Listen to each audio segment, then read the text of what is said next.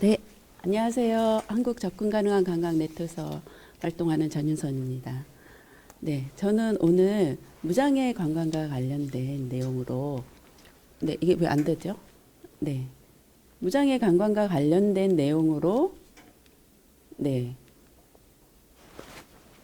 네, 시작하겠습니다. 경기도 무장애 관광의 접근성입니다. 저는 무장애 관광과 관련돼서 활동하다 보니까는 그 비대면 시대에 장애인들이 과연 관광하는데 불편하지 않을까 이런 생각을 많이 하거든요. 근데 사실 관광을 하다 보면은 굉장히 많은 것들의 불편함을 느끼고 있습니다. 네. 먼저 물리적 접근성을 이제 얘기를 할 건데요. 물리적 접근성에는 굉장히 많습니다. 물리적 접근성에 필요한 사람들은 여기 화면에 나와 있는 것처럼 뭐 장애인, 노인, 뭐 유아차 끄는 분, 임산부 여러 방면의 사람들이 물리적 접근성에 접근을 뭐 독립적이고 평등하게 이용할 수 있어야 되는데 그렇지 못한 것들이 되게 많습니다. 네. 먼저 이제 주차장을 보면은요. 최근에 이제 그 코로나 때문에 대면에서 하는 활동들이 굉장히 많이 줄었어요. 그래서 여기는 수원 화성이에요. 수원 화성인데 제가 이제 어제 그저께 화성에 이제 일이 있어서 갔었거든요. 가서 보니까는 여기에도 분명히 사람이 있었는데 사람이 없어진 거예요. 사람이 없어져 갖고 그냥 비대면으로 저렇게 주차를 표시를 해야 되는데 이게 너무 불편한 게 장애인들 같은 경우에는 그 할인 제도가 있잖아요. 복지 할인 제도가 있는데 이 복지 할인 제도를 이용을 하려고 하면은 복지 카드를 뭐 어디다 갖다 대고 뭐 해야 되고 막 이런 것들이 너무 어려운 거예요. 그래서 실제로 모든 면에서 다 비대면도 좋지만은 어느 일정 부분은 그러니까 사람이 대면 서비스 할 수 있는 네, 이런 것도 좀 남겨둬야 되지 않을까 하는 생각이 들고 만약에 비대면으로 계속 가야 된다고 하면은 그러면 저처럼 이렇게 물리적으로 접근하기가 어려운 사람들은 어떻게 접근하면은 기존에 대면 서비스 할 때처럼 편리하고 네, 안정적으로 이용할 수 있는가 이런 것들을 좀 고려해서 만들었으면 좋겠습니다. 네, 요거는요. 네, 산정호수하고 경기도의 그 윤건동이에요. 되게 유명한데요. 여기 보면은 저 보이시네요. 제가 이제 저 화장실을 이용하려고 딱 들어가니까요. 변기하고 세면대하고 이렇게 딱 마주보고 있어요. 마주보고 있는데 너무 좁아가지고 저기에 들어갈 수가 없어요. 들어갈 수가 없어가지고 볼일을 못 봤죠. 볼일을 못 봤고 그다음에 이제 오른쪽에 있는 사진, 저 사진 같은 경우는 산정호수에 있는 데인데요. 저 사진은 이제 아예 장애인 화장실을 문을 닫아놨어요. 문을 잠궈놓고 지금 뭐 코로나 시대 때문에 이건 이용할 수 없다라고 그렇게 문을 잠궈놨어요. 근데 저게 장애인 화장실만 저렇게 잠궈놓은 거예요. 근데 저 산정호수 쪽에 화장실이 많지 않거든요. 장애인 화장실이 많지 않은데 저거를 딱 잠궈놔서 이용하지 못했던 경우, 네, 이런 것도 있었고요. 그다음에 요거는 네, 보이시죠? 네. 아침고요 수목원하고 함상공원이라는 그 경기도 무장애 관광지, 문턱 없는 관광지인데요. 저기서 말씀 보시는 것처럼 저렇게 네, 이제 매표를 하는 데니까는 저기는 뭐 무인 매표도 있지만 대부분 저기 그 대면 매표를 하시더라고요. 그러니까는 저렇게 계단이 있어요. 계단이 몇 개 있어갖고 실질적으로 접근할 수 없거나 이런 것들이 굉장히 많아요. 네, 여기는 이제 수유실인데요. 여기는 이제 화성 윤건동에 있는 수유실이에요. 딱 보시면은 저기 경사로 잘 해놨잖아요. 네, 경사로 잘 해놨는데 저 빨간 화살표 보이시나요? 저 빨간 화살표 알아요? 경사로 안에 들어가는 입구 턱에 한 10cm 가량 턱이 있는 거예요. 그래서 실제로 저뿐만이 아니라 휠체어 탄 애기 엄마가 저기 갔을 때, 네, 저 안에서 수유를 할 수 없는 거죠. 네, 이런 것도 있고요.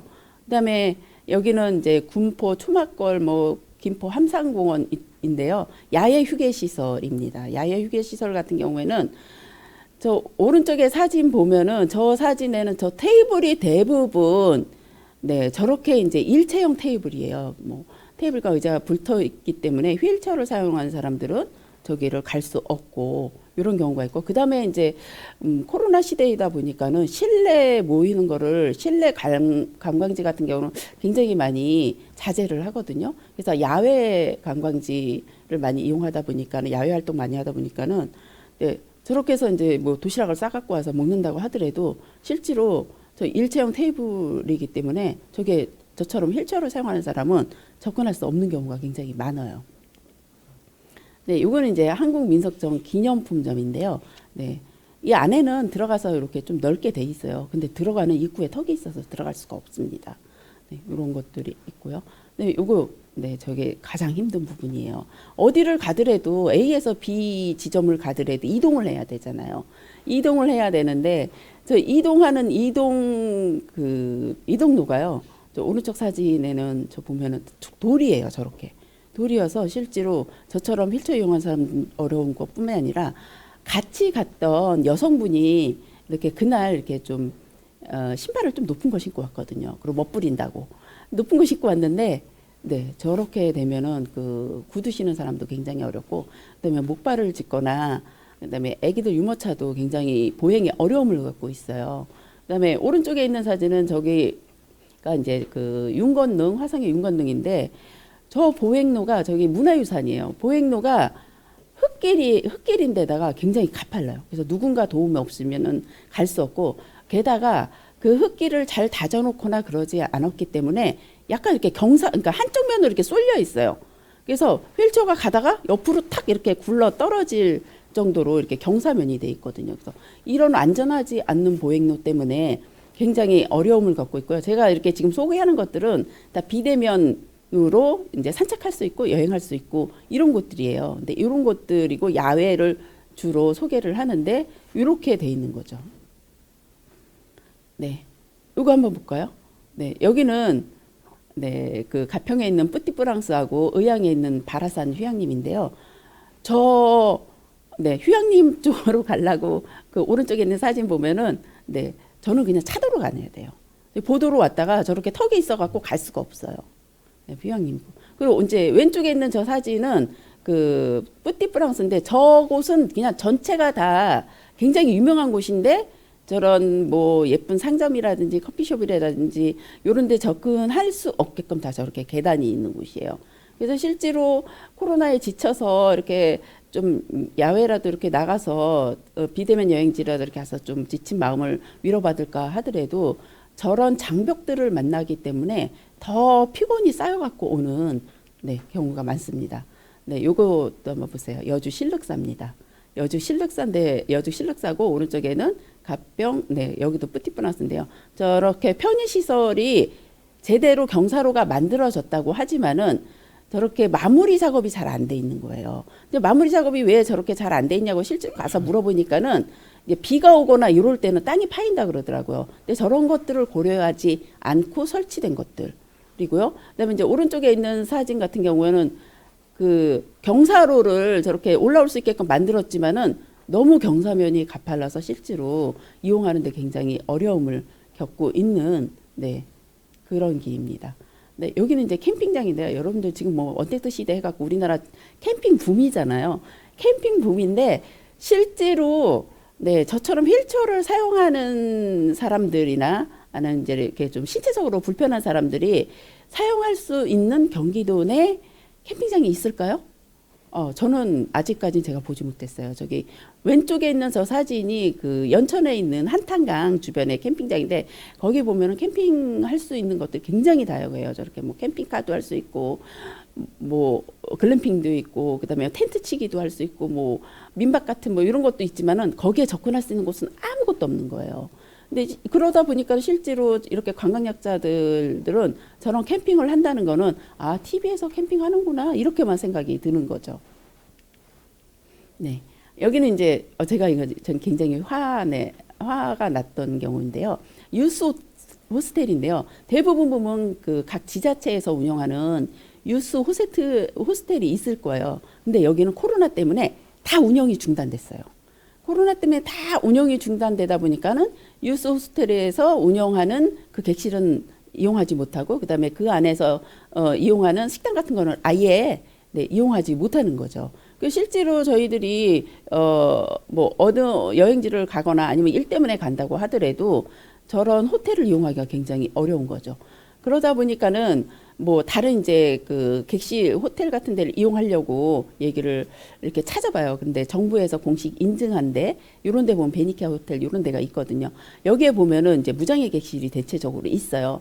제가 이 무장애 객실이 있는 곳을 이렇게 딱 검색해가지고 이렇게 일일이 다 전화를 해요. 일일이 다 전화를 하고 물어보면은 객실은 있대요. 객실은 있는데 그 객실에 네, 손님이 한 장기간 사용하고 있대요.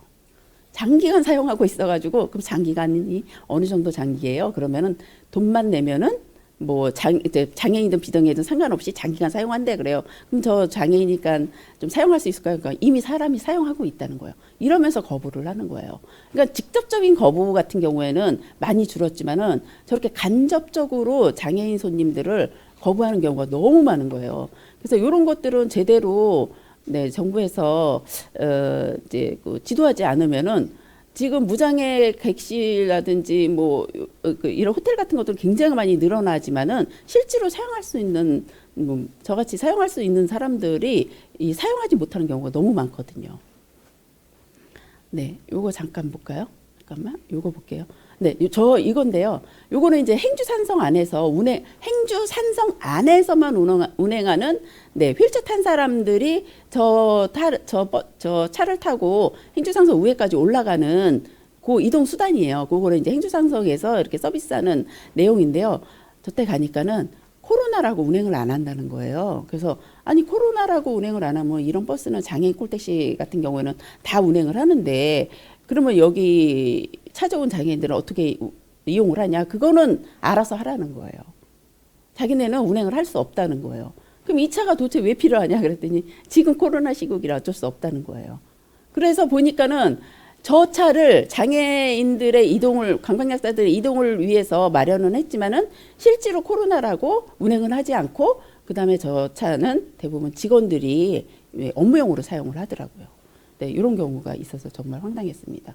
또 하나는 경기도에 보면은 이 시티 투어 버스가 거의 없는 것이 굉장히 아쉬운데요. 요거 시티 투어는 여수하고 인천 거예요.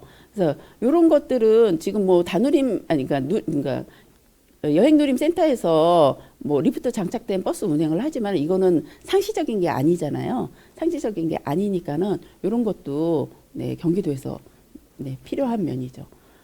그다음에 가장 힘든 거는 저 버스를 이용할 수가 없어요.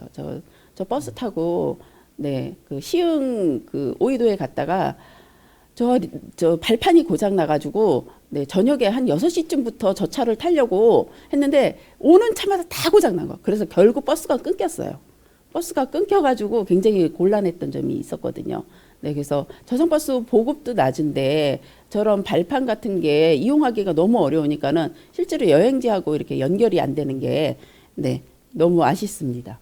네, 요거는 이제 실제로 이제 관내에서만 운행되는 그런 차량들이 장콜이 너무 많은 거예요. 안성 같은 경우에는 안성 밖을 안 다녀요. 포천도 마찬가지고 동두천도 마찬가지고.